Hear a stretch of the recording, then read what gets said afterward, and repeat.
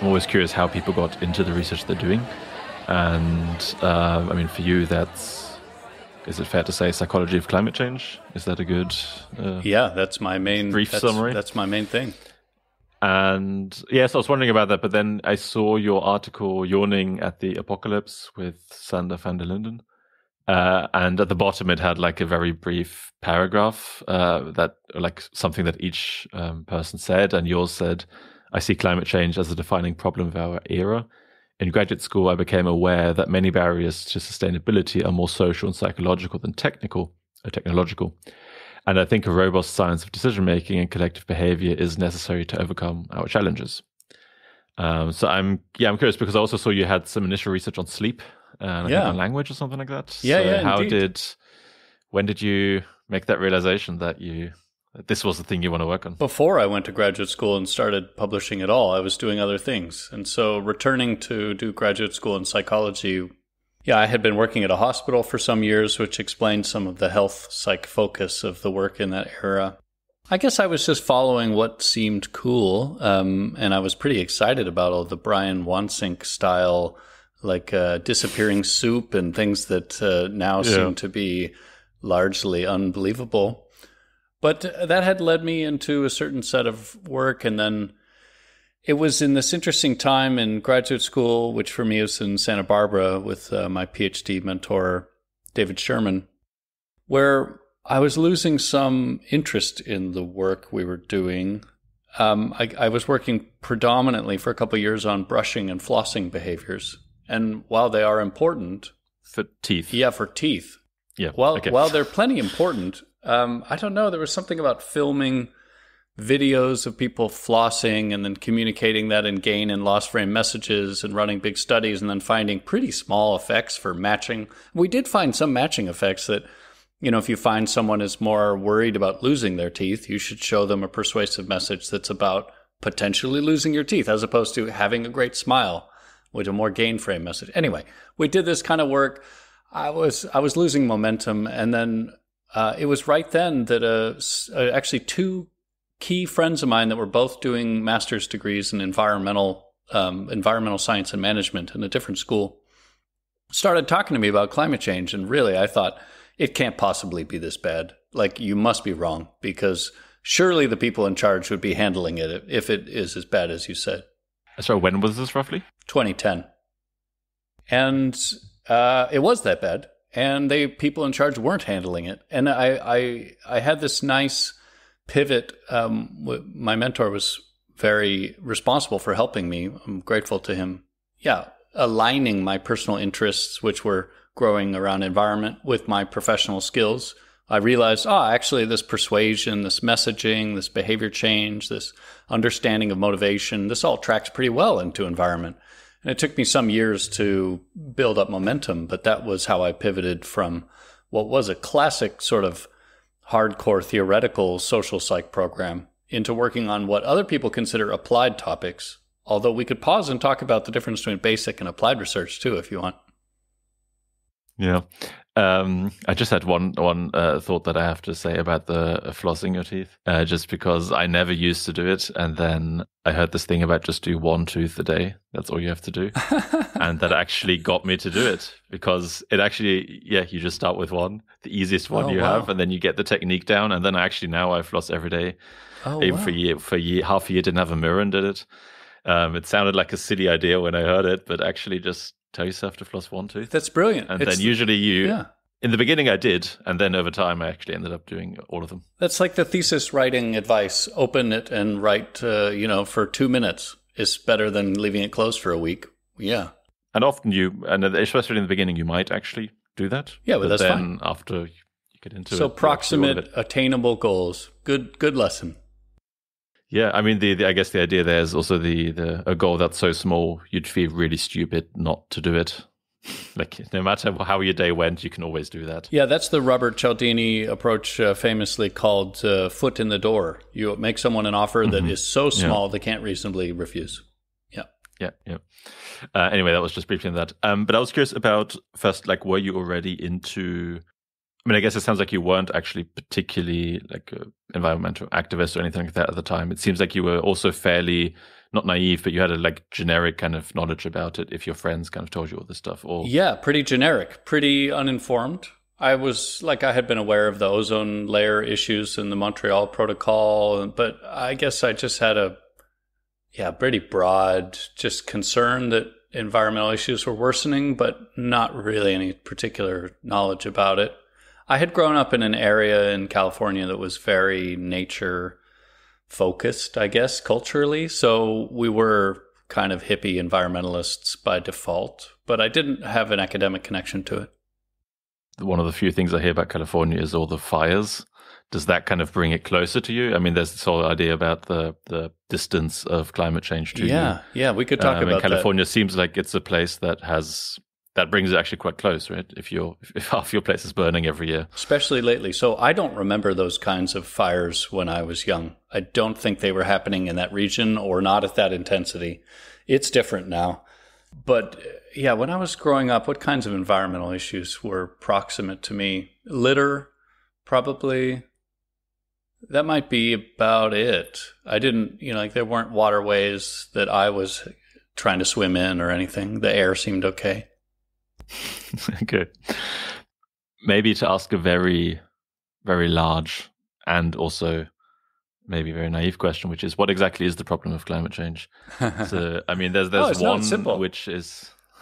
No, it's a simple problem. The problem is that we pollute our atmosphere with heat-trapping gases, and we can't burn any more of this carbon that we're digging out of the ground. We have to stop doing that. That's pretty much it. Okay, so so there's like kind of two problems in a sense, right? One is that the kind of like how it works on a like very basic level, and the other is how do we actually do that? And I guess that's where the psychological, I guess it's kind of what I introduced with your quotation, right? That the problem is not really technological but more psychological. So maybe to I mean, you address this in the Yawning at the Apocalypse article, kind of what are some reasons why we haven't done more about this and that this remains a problem. Well, you mentioned psychological distance before. I think that's a nice sort of basket term, although let's not assume that it means a single thing. But I like the idea that if you think about what are people trying to do functionally in every moment of their day, in almost none of those moments will you find some goal about what the temperature is going to be in Pakistan, 20 years from now. That's just not what we evolved to do. So I want to resist the painting that we didn't evolve to solve this problem. I think we also evolved very unique cooperation abilities that allow us to even potentially do this, talk about it like you and I are talking about it. It's not that we can't do it with our ancient brains, but it is useful to recognize that we evolved for a set of functional challenges leading to adaptations that have almost nothing to do with timescales like that, uncertainties like that, distributed collective action problems like that. So it is a very uniquely difficult problem in the sense that we already don't appear to care through our behavior about things that are a lot closer to us and affect us quite personally. So why would we care about this? I mean, or even if we said, yeah, I care about it, why would that translate into concrete behaviors? I mean, you mentioned something that we don't really care about stuff that's much closer to us. One kind of analogy I thought of that I'm assuming is not original at all is that, most people are overweight. And that's, to some extent, there's some parallels, right? This is happening to you directly, but it's something that, it's going to happen in the future. So there's this trade-off between short-term and long-term thinking, all this kind of stuff. So I was just wondering, especially with your health background, or that you had some interest in these kind of questions, I'm curious, is there anything that we can learn from that kind of stuff to inform how to think about changing people's behavior on climate change? Yeah, interesting. The first thing I'll say, and I'm a couple years out of date on this, but I know that about 5 or 7 years ago, the best summary of the literature in health psychology on sustained, keep it off weight loss was people basically can't do it.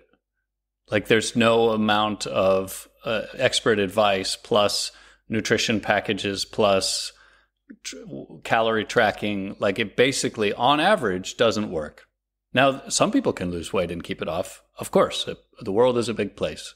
But that's the first point. The second point is that it's a really wonderful comparison because there's so many things that determine our weight that are not about our conscious, intentional motives and desires and concerns, basically the whole psychological level. A lot of it has to do with like structural features of the environment, the proximity, availability, and price of fruits and vegetables, for example, whether we grew up eating them, our cultural background, our current socioeconomic status. That is to say, lots of things that are basically outside of immediate psychological control.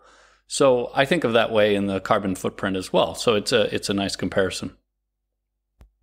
So does the conclusion then also mean that we can't do anything about climate change collectively long term?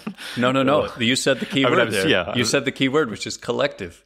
So if you wanted to change, the weight of the nation, should you become a inspirational, motivational speaker and tell people that they really contain the power and that they can decide tomorrow to be a better, or maybe we could organize collectively to affect the public health of our neighbors through things that actually work, which we know, through this kind of research, that thing. So the same I feel for climate, which is that we should be focusing on the highest impact behaviors and addressing them at multiple levels, not just as a consumer, but as a person who has roles in our organizations and people who also engage in the public sphere, whether that's politics or activism of all stripes. Okay, so what are some? I actually don't know what the answer is because I'm fairly uninformed about the whole environmentalism and that kind of stuff. So what are kind of some of the what are the biggest contributors, and what are something that you can actually do as a person who's not maybe president of a country or something? Sure. Well, I mean, I think it's... Which I'm assuming most of my listeners are. It's actually kind of the same question as why would we ever vote? Let's say in the U.S. right now, there's all this frustration and also jubilation about the change in abortion access. And people might think, I'm not on the Supreme Court, so I have no power. But that's not really how politics work. You have to think about the fact that all of these institutions only exist because people legitimize them and participate in ways that sustain them or destroy them, and we have different institutions over time. So all of these levels of civic participation, engagement, conversation, etc., are absolutely effective. They're what turns everything. And we could talk about money as well, because it's not just a bunch of well-meaning people in town halls. But you asked also what is most impactful. And I would return to the fossil fuel extraction projects. So all over the world, governments are permitting new places to drill for oil and gas and tar sands and whatever else. And we should be pressuring them not to do those things. That seems very available. So kind of what's going on right now where I don't know, actually internationally, but in Germany at least, the Green Party is really... they're getting right now, I think, often like almost a quarter of the vote or something, whereas before it was maybe like 10-15% or something like that. So they almost doubled how many people vote. Is that then basically the best thing people can do? Or is there, because it feels like once every 2 years or 4 years or whatever, making a cross somewhere doesn't feel like it's a huge action towards fighting one of the biggest problems out there. No. And I mean, I think there's particular gripe with the Greens in Germany, actually, because they seem from the outside kind of co-opted into the standard way of doing things, like with small adjustment, rather than creating a radically different way, like complete electrification. Or let's just take a simple question in Germany, like the maximum speed on the motorway. It turns out that going really fast in your car emits way more emissions than going normal speeds. And no one is coming to take away everyone's car, but the idea of a maximum speed in Germany is so toxic that, the Greens won't even touch it, it seems. So I don't know. It seems very incremental. Yeah, you can't take that away from the Germans. Well, we love our speed. I don't. We love our going I don't want to take it away from them. I want them to realize their lives will be better if they organize it themselves. But hey, whatever. So I think we used to think of activists as radicals. What's so unique about the climate crisis is that it is actually in everyone's best interest to participate in what looks like radical action that is actually quite mainstream if you look at the expected harms and benefits of their behavior. Like, compare that with some other issue like abortion. If I was on here saying, I don't know, the right to life for a fetus is so important, we should mass in the streets tomorrow. That's an opinion that I've put my values on to others and suggested that they follow me. But with climate change, I don't have to put my values on others. Like, if you understood the harms and benefits of our different pathways, I guarantee they would be wanting change as well. So there's a lack of information, but there's not a value gap at all, because what we're looking at is a society with better air quality, more walkability, better health, better integration, like more intentional preservation of wild spaces. And yeah, our whole global economy around food depends on like 10 or 12 species of, like corn, for example. We probably shouldn't disrupt these cycles, or we'll be in deep trouble, that kind of thing. Everyone agrees with that already.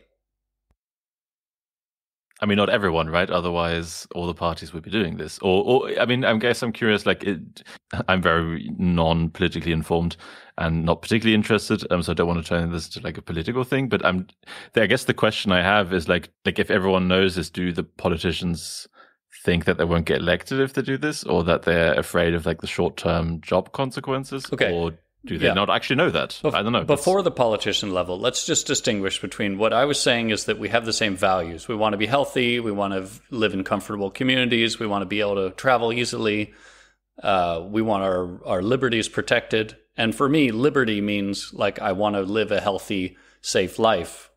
Before, what speed am I driving? But yeah.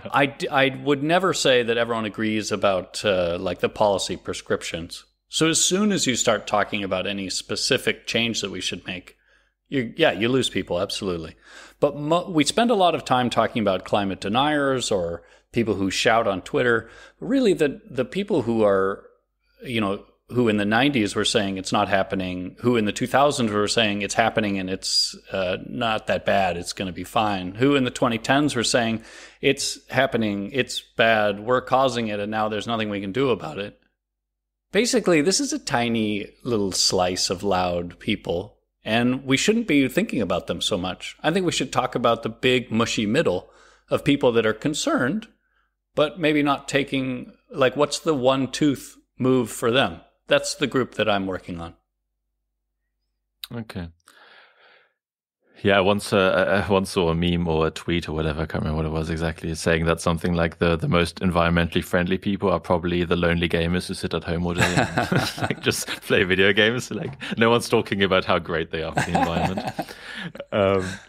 But yeah, I mean, but I guess just like as an individual, what is something you can do? I mean, there's right now you hear about, not flying so much or not eating so much meat. Is that the biggest? Even if we all went vegan, it's not going to solve the climate crisis. So I don't think that's the best way to think about it, actually. It's clear that beef is a big problem. So, okay, reducing beef is a good idea in general. I mean, also for one's health, the processed red meats seem to be a particular food group that's dangerous for us. Flying is interesting because it's only for a certain subset of people. Like, if you could communicate something to everyone on Earth, it wouldn't be flying because only a tiny proportion of people fly.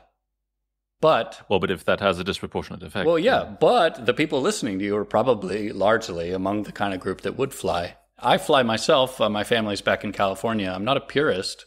I just fly a little bit less than I used to. You don't row a boat. I am going to take the train to Spain in a bit, and that's a little bit difficult. I saw your tweet about going from Paris to Barcelona. Yeah, that's a little bit how difficult that is. I'm like, come on, guys. It was better connected 20 years ago. There was a night train between Paris and Madrid 20 years ago. There's not anymore. Yeah.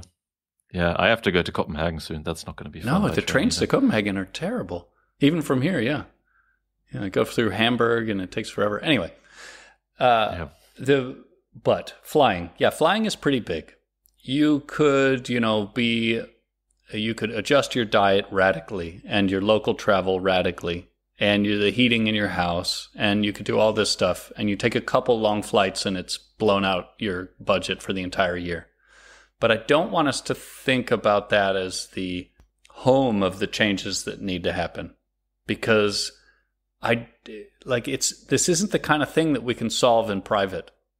The scale, like maybe in the 80s, if we had all radically changed our lifestyles and quietly lobbied for local changes to how utilities are run, maybe we would have had a different trajectory. But it's so late in the process now. We are so close to the edge of the waterfall that it's not ever going to be enough to do it that way. So we have to engage in the public, civic spaces where there's regulation and legislation and prices as well. We could talk about how big prices are. Like, psychology is not even really the best tool for this. I mean, I would much rather just, rather than someone going to the store and saying, okay, which of these items have a high carbon footprint? And let me think about this and add 10 minutes to my trip so I can make a good decision that makes 17% like this is already way too difficult.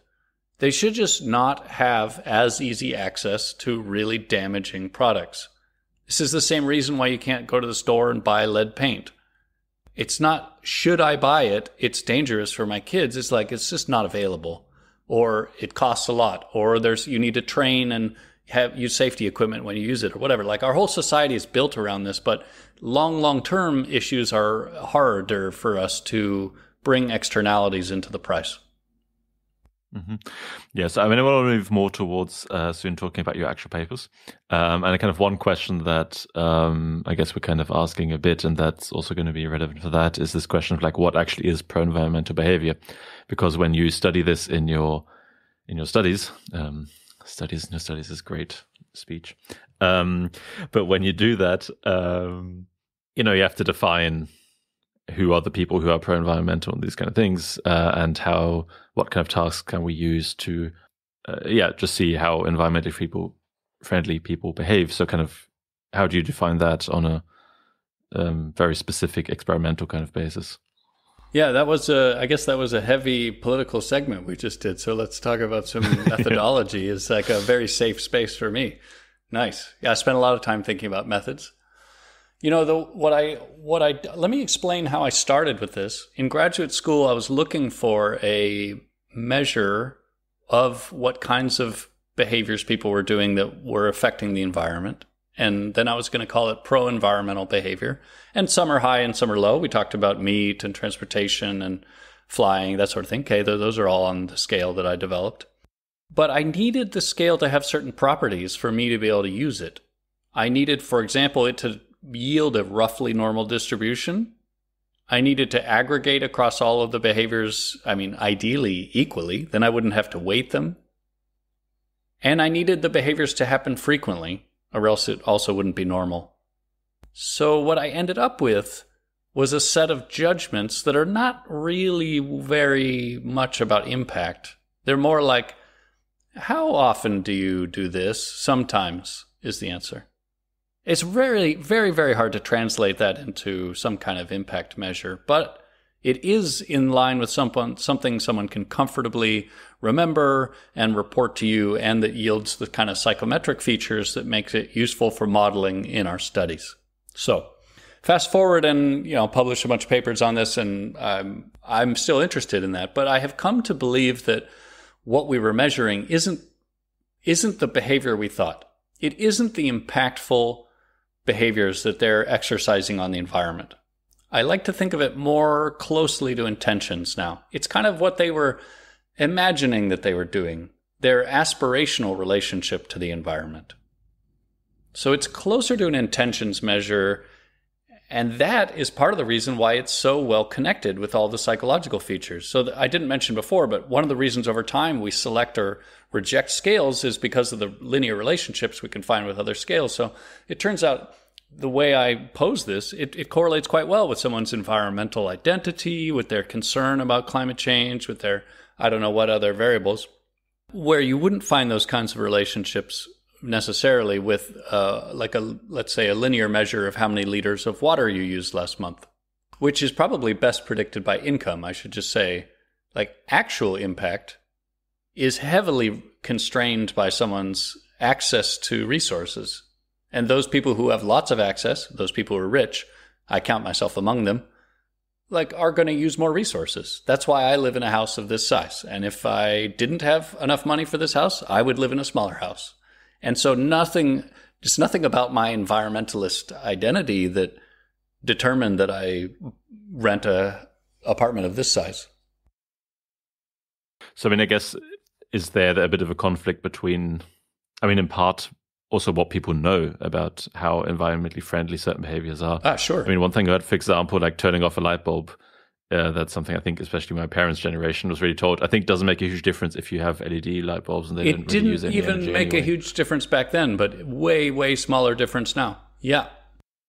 Yeah. So what you're trying to measure with those things is just how much people care. Is that kind of it? Yeah. Even if they might not do the right things, kind of. I mean, I guess it's a bit of a dig at a lot of the work that I used to do and that others have prioritized over a long time, which is this kind of boxes and arrows modeling theory of planned behavior or value belief norms or any of these sort of causal SEM style models, which is to say, if you're looking for strong effects between these levels, you're going to measure the variables in a way such that they end up having really high shared measurement variance and are constructed in a way that yields nice normal distributions, and you're going to get farther and farther away from impact. That's okay if we just knew that the end thing was, let's say, intentions and not actual, behaviors. I mean, they are behaviors, like reporting it in a scale is a behavior, which is worth studying, by the way. But like, I think I fooled myself that it meant something else for a while.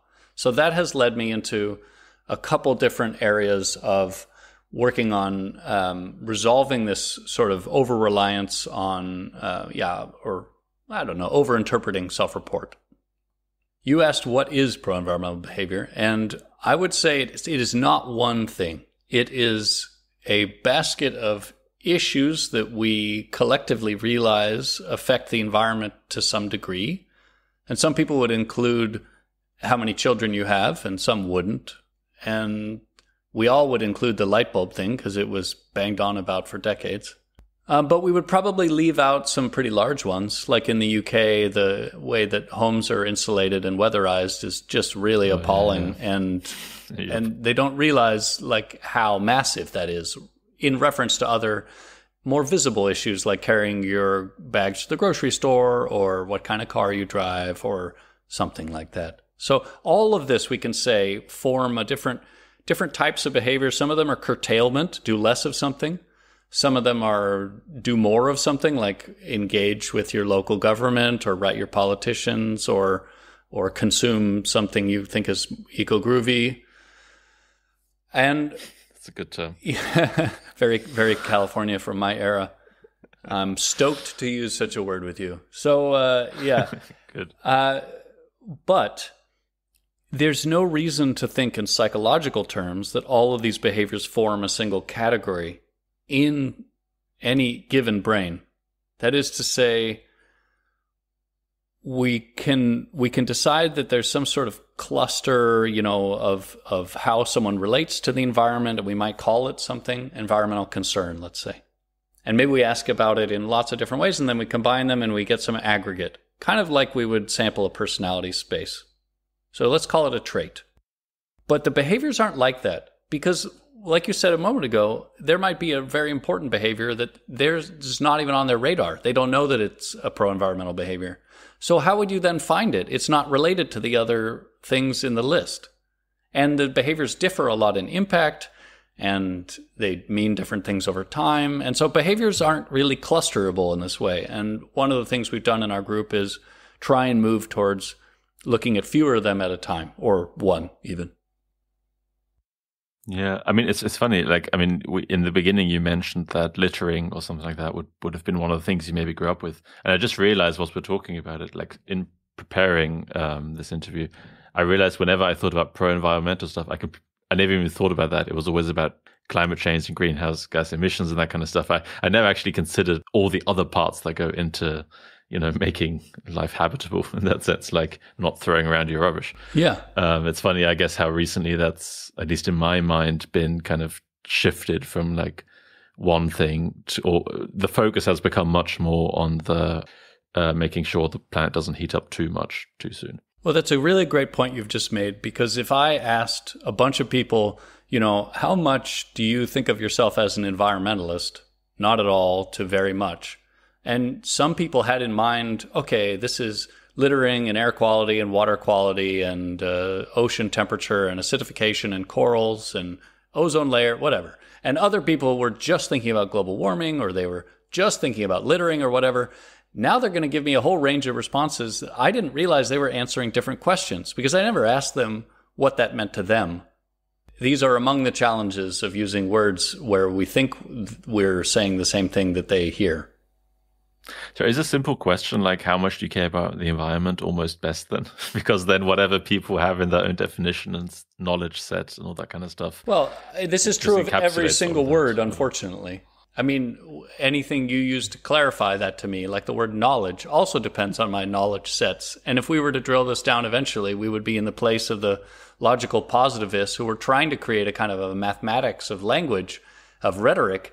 Yeah, and they failed because it's just too messy. Like, there's no way to reduce this conversation to a series of propositions that are that testable. But we've settled into a kind of a Wittgensteinian functionalism where we can communicate good enough.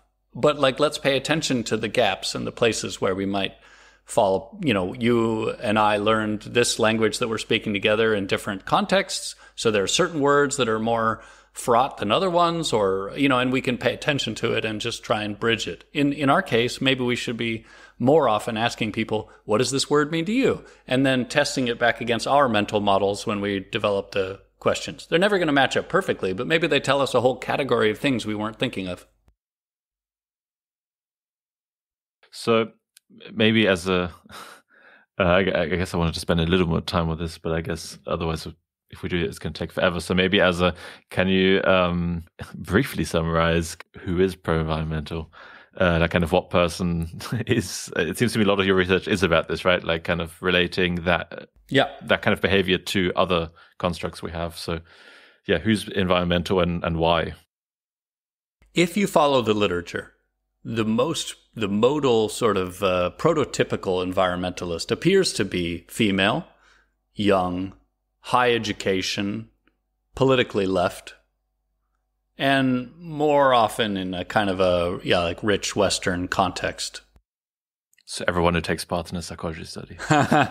Yeah, actually they are overrepresented. That's true, except for the income thing, because of they're often students, but they have maybe high family wealth relative to the globe. Certainly, this group is very high in intentional, sort of conscious, reflective environmentalism, where they've learned something about ecological systems, about psychological distance and geographic and time distance, and they thought, well, actually, I do care about this, and I'd like to do better. That's all true, and I don't want to minimize that when I say maybe that's not the thing we're most interested in, whether people think of themselves as environmentalists. If you were to classify it like impact, then the best environmentalists among us are those who are just using the least resources and taking up the least space. And, I saw the other day that Elon Musk made a 7-minute flight from somewhere in Central California to somewhere else in Central California.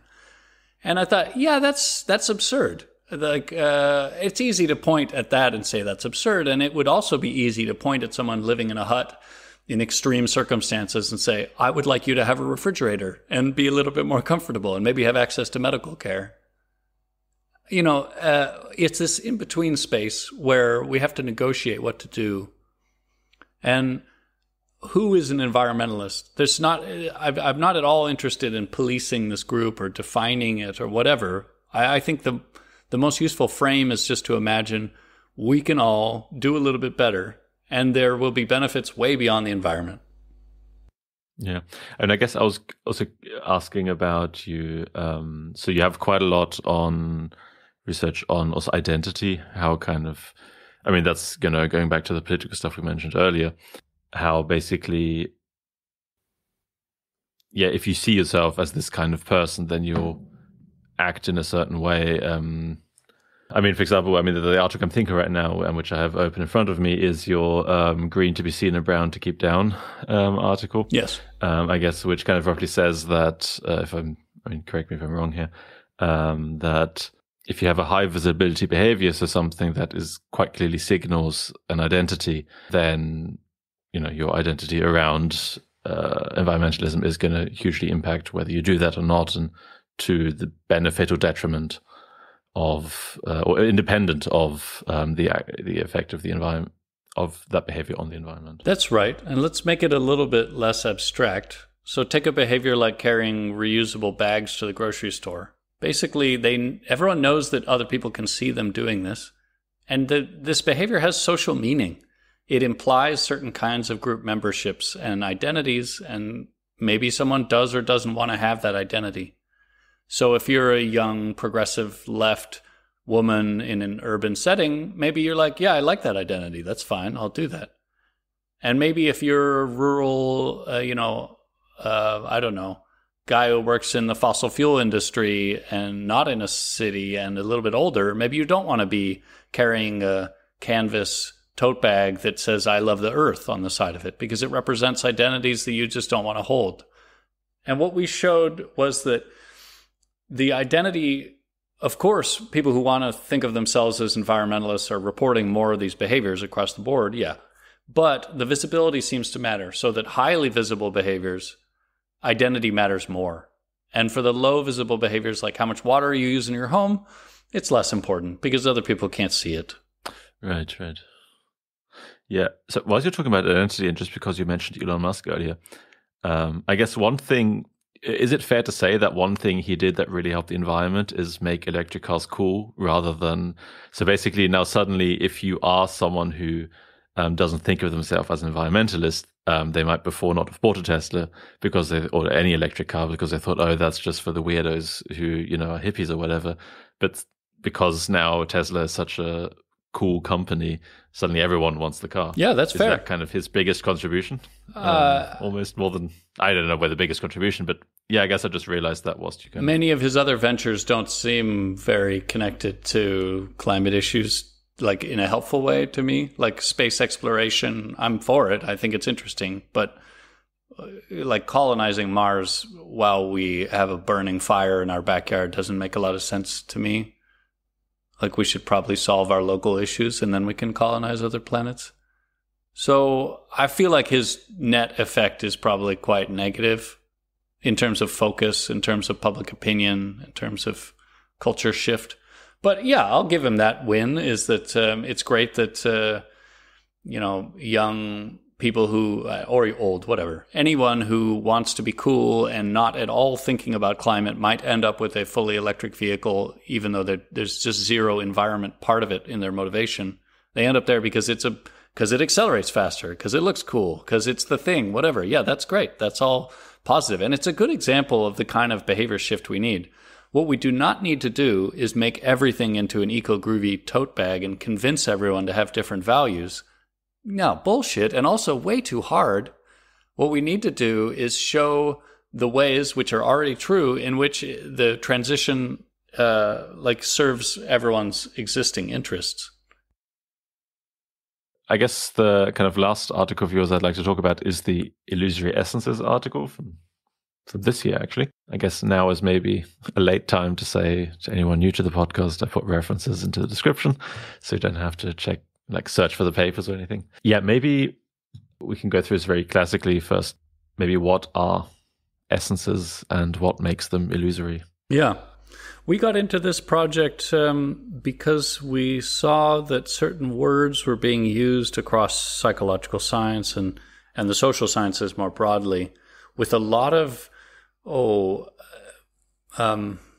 credulity about what it was that they meant. So we touched on this a little bit earlier, but it's fine in some disciplines for some purposes to use a word and maybe not know exactly what your receiver hears when they hear the word. So for example, let's say in theater, I may not need for the performance to be successful for the audience to understand the intended meaning of the phrase. But science is a different enterprise. We do need for reproducibility to really understand what was meant and make sure that there's correspondence between the design and the intended meaning and the heard meaning. And it turns out that there's a particular problem with familiar words. I mean, I think of this back to childhood and arguing with people about a word like soul, whether there is one. There's basically no winning this argument on either side because you don't even agree about what it means. And all the words you would use to define what it means, let's say afterlife, all themselves are also undefinable and difficult, sort of all the way down. And this was Wittgenstein's main observation about philosophy, and we're kind of just extending that to specific cases within psychology and social science and saying, we also don't know what we're talking about. We use words in a functional way to accomplish aims, to get things done. But if we really want to make sure we're carving nature at the joints, it's going to be a little bit harder, and here are our suggestions. So it turned out there was more work on this than I thought when we were first writing this paper. As we dug in, and the review process was actually quite helpful, although very effortful, I discovered a bunch more consistent work with this, which, it was great. So there's all this work on essentializing, which is the process by which we hear some term, whether it, let's say, motivation, and then it activates a bunch of other related concepts for us, and we may have a sense that we know what it is. Even if you drill all the way down and you ask the very, very highest experts, what is motivation? They might say it's not a single coherent thing. But someone on the street would hear that word and think, that is a thing. Like it's unitary. We can use it in our causal models. It can predict things and cause things. It's the same for everyone. All of these assumptions are violated. And so we stepped through a number of examples. And what was really fun for me in this project was that it wasn't social psychology. We spent very little time in my discipline. We spent a lot of time in other areas like clinical and biopsychology, visual neuroscience, stepping through questions like, what are edges being detected by cells in V1? What is attention? What is a psychiatric diagnosis? And showing that the same sort of assumptions that come to bear when we say, someone is autistic, as saying that a cell in V1 is an edge detector, that there's certain circularity issues and an obfuscation of mechanisms that is coming up all the way across psychological science. It wasn't the first time someone had made this argument, but it was my first time learning about it through writing the paper, and I really enjoyed it.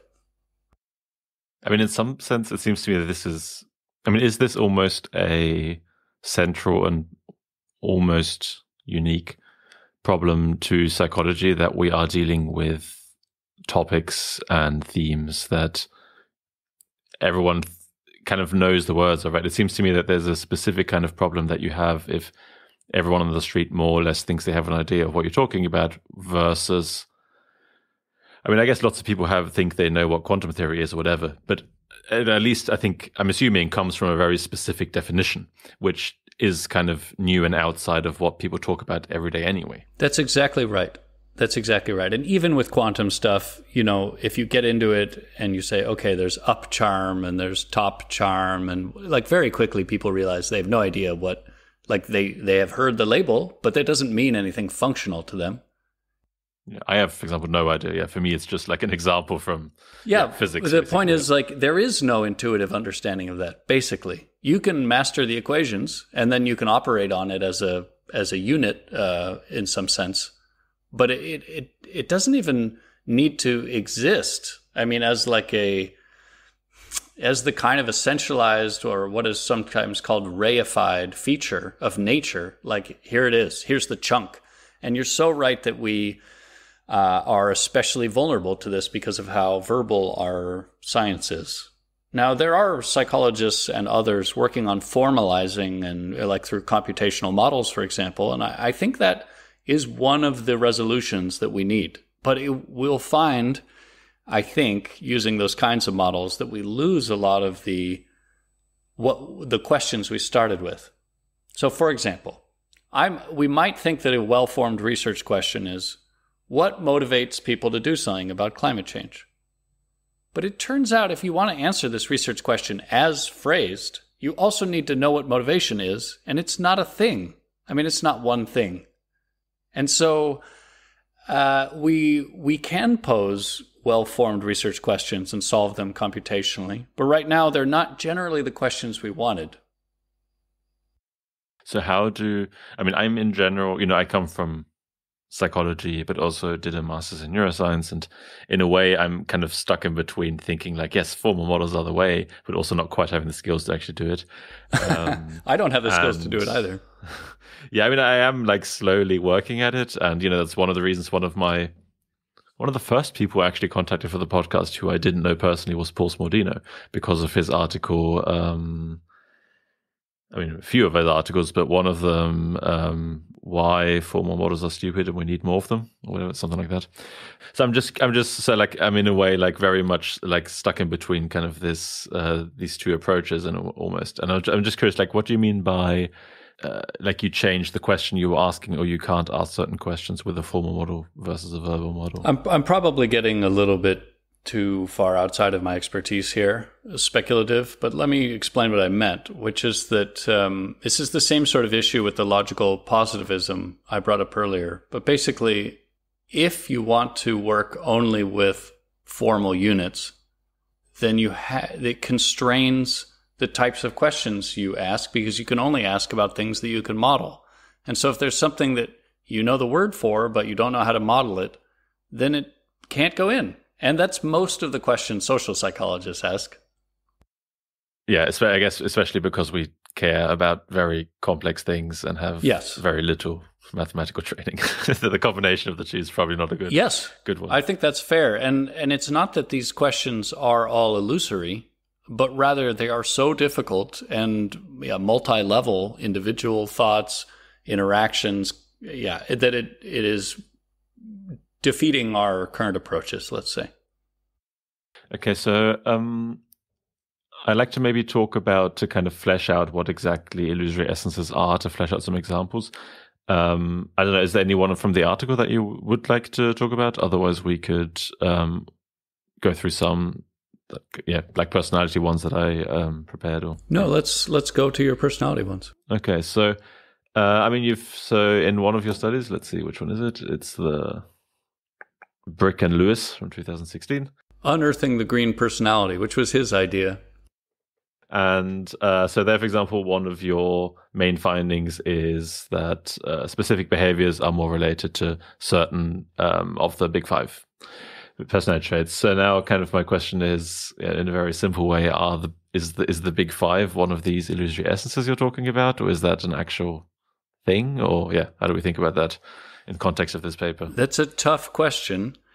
I do think it is a useful model, and I do think it's defensible with certain criteria.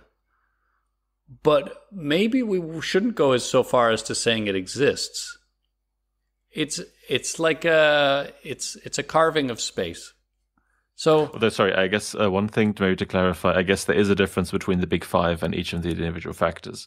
I'm not sure which one I mean, really. But even if you took a 5-factor model or a 4-factor model or a 10 or whatever, like, you're going to leave out some things and you're going to highlight some things, and none of those decisions are resolvable. I mean, in a sort of classic permanent way. They're all just gradations of different criteria. Let me read a couple quotes for you. This from what? I'll mention, Sanjay Srivastava, one of the leading originators of the big five models that we're using these days, recently wrote, Models of personality structure are not correct or incorrect. Instead, they are either useful or not for some purpose. As a result, a researcher's choice of a model will depend on their priorities.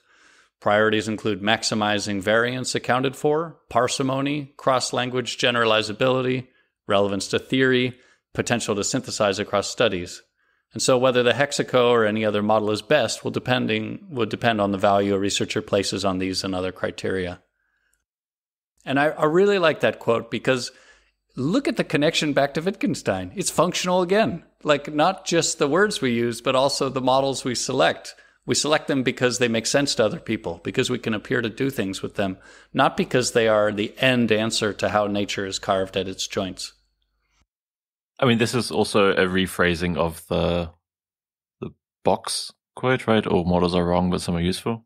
Seems to be saying more or less the same thing, right? Yes. I think that was a different point, which is about simplification. But it is actually the same result. Yeah, that's interesting. Yeah, I don't know the context of that quote. I just know the... I think that was more about this sort of like Borges, I don't know if you know this writer, famous short story where they have a kingdom and they have cartographers who create a map the size of the kingdom, 1-to-1.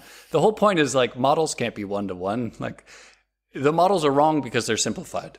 Yeah.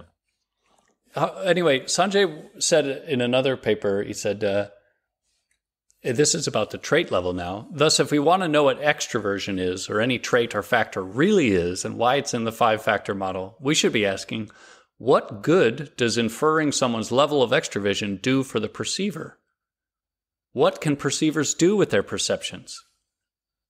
And that's a weird way to think about it because we want extroversion to kind of exist in this essentialized way, separate from the perceiver, but it may not in the way that comes to us intuitively.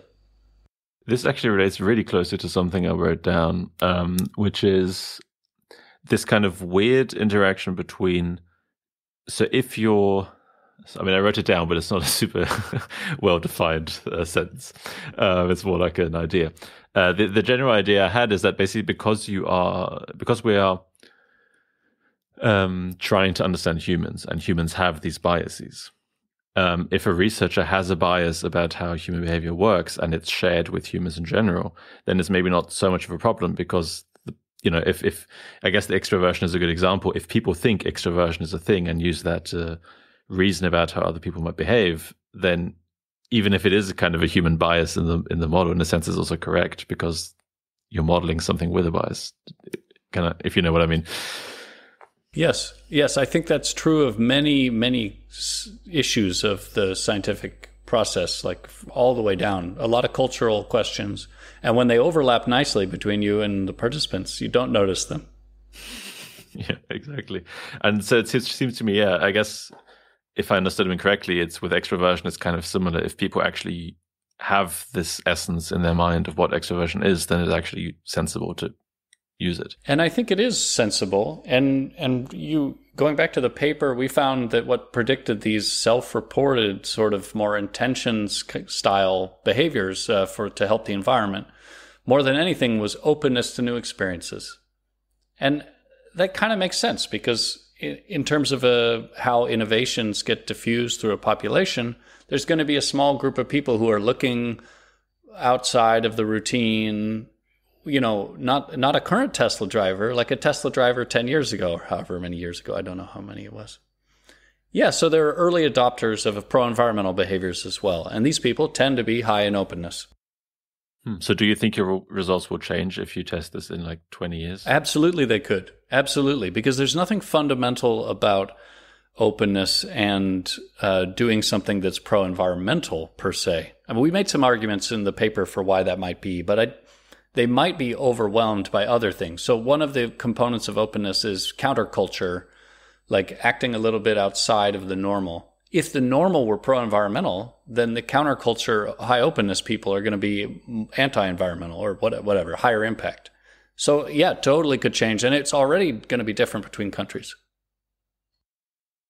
Just as a personal thing, does that bother you potentially that the research you do could change, the results from what you're doing could change so quickly? One thing I always think is about is I'm really interested in psychology, but I think as a scientist, I kind of want to have like universal principles that seem to hold between species or whatever. And I dream of that. I aspire to that. It just doesn't seem to be possible. This is just not the messy place I live. But with these kind of questions or topics you're interested in, or I mean, social psychology, broadly speaking, it's just almost none of it has that cleanliness. But even psychology broadly, we seem to only have two things that we call laws. That's pretty few. Wait, what are they? Oh yeah, what is I it? think I should know. The Yerkes-Dodson law, and then there's the law of the law of effect. Where you double a stimulus, but it's not perceived in linear; it's perceived exponential. Oh, those things, like the 19th century psychophysics experiments. Yeah. But that's the last place we found really nice, tight. Yeah. 150 years ago, nothing has happened since. Yeah. Black body radiation style graphs that we can really predict exactly where things are going to land. Yeah.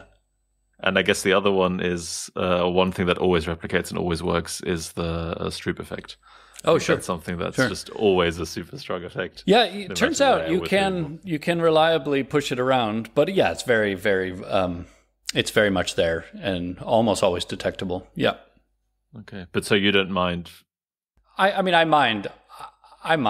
It bothers me, but it doesn't bother me as much as saying, well, let's just forget it and let the climate be whatever it is. And, forget environmental issues. Even just as an intellectual who's interested in psychology and human behavior, there's no way out but through. We're in a kind of a proto-scientific phase here, a kind of a pre-Darwinian phase. That's fine. Let's do our best. And I guess it also doesn't have to, maybe it won't change. Who knows? Things might stay. We're just assuming. Yeah, change could be stable. It's just like, it's also one of those thoughts I had kind of when reading, like, okay, so there's openness, conscientiousness, and extroversion were related to emissions reducing behaviors. Like, what does that mean? What does that mean? But imagine that we had run this study again and it was all about impact. It was all about, say, tons of carbon equivalent emissions released over a year. Then what would predict it? And actually, I don't know. We haven't done that. But I don't think it would be the same pattern. I suspect conscientiousness would still be in there because it is associated with dutiful sort of paying attention to things and following through. And those people are the people who are going to compost and everything else. Yeah, I guess apart from extroversion, I guess openness and conscientiousness do right now seem like very sensible. Yeah. Anyway, so I guess is your answer then kind of to whether... So yeah, I guess the idea is then that they are not necessarily illusory essences, those traits of the big five, if... I mean, this is becoming a bit circular, but if they measure something you're interested in. Yeah, I think it all depends how much essentializing we do, depends on how we're using and hearing the term. So another scholar, Tal Yarkoni, let me read you a brief quote, see if it answers your question. He said, in practice, when people ask questions like how many personality dimensions, what they're really asking it, whether or not they realize it, is something narrower, namely, how many roughly orthogonal dimensions can we measure in a small time while capturing a non-negligible fraction of observed intra-individual differences in personality? Because, they didn't imagine now this is me again. They didn't imagine their question how many dimensions included those constraints, but if you drill down, of course they do. They don't mean watch someone for 10 years and then construct a personality model of them.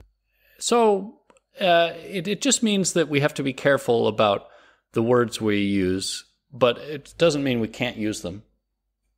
And by the way, another issue like attention, it's not that there is no attention. It's that it's probably not just a unitary, simplistic thing that we can refer to with one word. Maybe we should be breaking it out into a couple different core dimensions, something like that. And we just fractionate more and more. That's what sciences do, and that's normal and healthy. And eventually you get to some unit that's maybe not divisible, and then you stop. That's fine. I guess you kind of also write about this a bit in the article then. Is the analogy here this, what is life and the élan vital and that kind of stuff, and then going like, actually, all this thing that's what's life and, all this kind of stuff to some extent boils down to genes replicating. Yes. Or whatever it might be. And I mean, we could talk about consciousness as a defining feature that seems really weird about living versus non-living matter. But I think on a functional level, once you see how genes cause certain structures to combine and reproduce, then you don't need these other élan vital kinds of essences. You can let them go. I think that will happen in psychology as well. So at some point, well, I don't know what the attention literature is, but let's say it isn't at that point, then at some point it's going to be like, there's no thing as attention, but suddenly people start talking about this other process thing that's much more clearly defined. And yeah, and and there may not be simple answers to that either. Maybe it turns out to be some other complex thing. And we can't always go more complex. We have to stay parsimonious and concise, or else we're going to have trouble communicating and understanding what we're doing. So it's a balance between them. But I guess that's one of the beautiful things about evolution and natural selection and this gene view of life, is that it is pretty straightforward. It is. This isn't like some super complicated thing. And this is why it's most people's favorite theory in all of science, because it's just extraordinary, the kind of complexity that it explains. Yeah. It's one of those things that occasionally, for whatever reason, I'll be thinking about natural selection. I mean, I don't really read much about it, but occasionally I'll be thinking about it and think like, this is such a crazy concept once you think about it. And once you start to be a psychologist in your own life and say, I like this couch, or I don't like this couch, or this person, or I'm in traffic and I got angry, and think about it from that lens, it gets very confusing what feelings are, ours, or those sorts of layers of identity ownership for me become confusing. Yeah. Maybe we already alluded to a bit earlier to how to solve some of the problems that come from these illusory essences. I mean, we already mentioned formal models as one potential solution with its obvious drawbacks. You mentioned four strategies in the article. Do you maybe want to briefly summarize what those are? Or let me take one of them as an example. We were talking about pro-environmental behavior earlier. If you take a kind of an illusory essences lens to this, instead of assuming that it's a thing, a unitary thing, and then measuring it and then predicting it from some other variable like concern, we might want to start by treating the single unit first. So that would be like, okay, what affects how much water people use in their home? In what context are people using water? What appliances? When do they make the actual physical behaviors that determine that? What kind of leakage is leading to usage that they're not even doing with their hands? And what's going on around all of these behaviors, including the non-psychological parts like the price and the regulations around the size of the home and I don't know, whatever else is going on. Then you can say, okay, I understand the behavioral system around water use. And the voluntary part of it seems to be this big. You can say, this is even what they could do if they wanted to. It's not the whole thing. We can't treat psychology like it's the only tool in the toolbox. Then, if you really understand the behavior, then you can start to descriptively investigate what kinds of factors that psychologists might work with are most relevant here, and compare things like demographics to thoughts, behaviors, feelings, motivations, efficacy, whatever, our favorite flavors, and see which ones seem most relevant. Then when you have that and you do it across populations and contexts, you say, oh, actually we had this whole science about water use, but it turns out it only applies to suburban homeowners in the American West. Maybe we should study some people who live in apartments. That seems obvious when you say it like that. But in the literature, you'll often find that you haven't done this exploring of an effect or by different contexts, exactly because it really screws everything up. Like it adds a ton of variance to whatever you were studying. It makes it confusing. It makes effects hard to detect.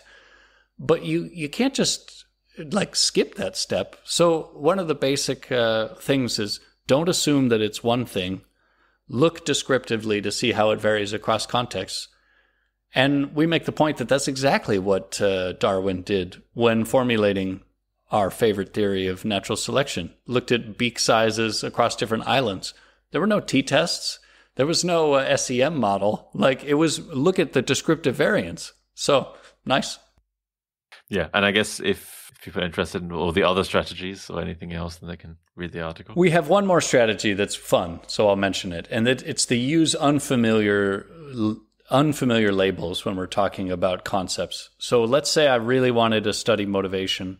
I shouldn't say necessarily the word motivation because it activates all of these concepts for you, and you might be confident that you know what I'm talking about. But if I call it Besorgsorg instead, and then I tell you it has these features, it has these predictors and outcomes, whatever, you might be less likely to assume it's one thing. I know what I'm talking about. I've measured it well, validly, reliably. I've looked at it across different populations. Like, basically, you bring all the appropriate scientific skepticism to an unfamiliar term. So when scientists are staking out areas or concepts, whether they're personality traits or anything else, one of the suggestions is that we call things by unfamiliar names. It's going to make the science harder to communicate and harder to get onto talk shows and write, popular books about. You don't end up with a thinking fast and slow kind of book if you call those difficult words rather than system 1, system 2. You get the science of Besorg. Yeah, the science of Besorg. Yeah.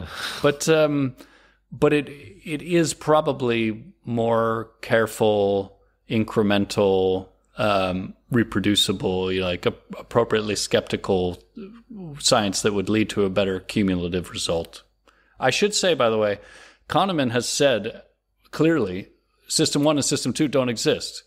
But you could really fool people who have read that book and think that they exist. I mean, the whole thing is kind of to use them as a tool, but it's so easy to essentialize that and think that you could go into the brain and find System 1 somewhere. It's not there. Yeah, I know what you mean. And to be fair, I can't remember, it's been so long since I've read that book, but I remember once hearing an interview with him where he also mentioned, like, these aren't things, don't look for the neurocorrelate to System 1 or System 2. But I have to admit, I think until I listened to that interview, I wasn't fully aware of that he didn't really mean it as an actual thing. I think it's really hard to hold both of those concepts in mind simultaneously. Yeah. But I mean, So I agree. Actually, I quite like that point too, and I thought, like, this is actually a really nice way to kind of by just making up a word.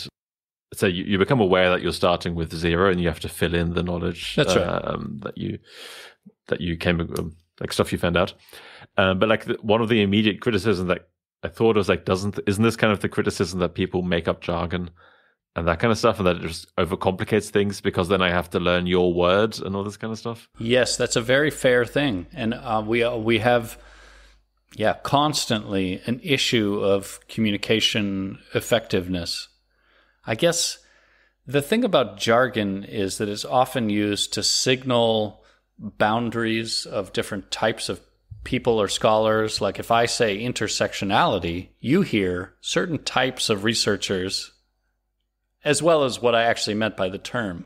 I hear something, I'm not entirely sure what it is. Well, it is meant to not reduce the complexity, actually. I mean, if you ask them to sort of define, are you saying there's a interactive moderation such that you're high in this and you're high in that, and then there's a nonlinear, and they're like, we don't want to define it like that because the point is it's complex. And that's my experience of talking to sociologists and others who like this term.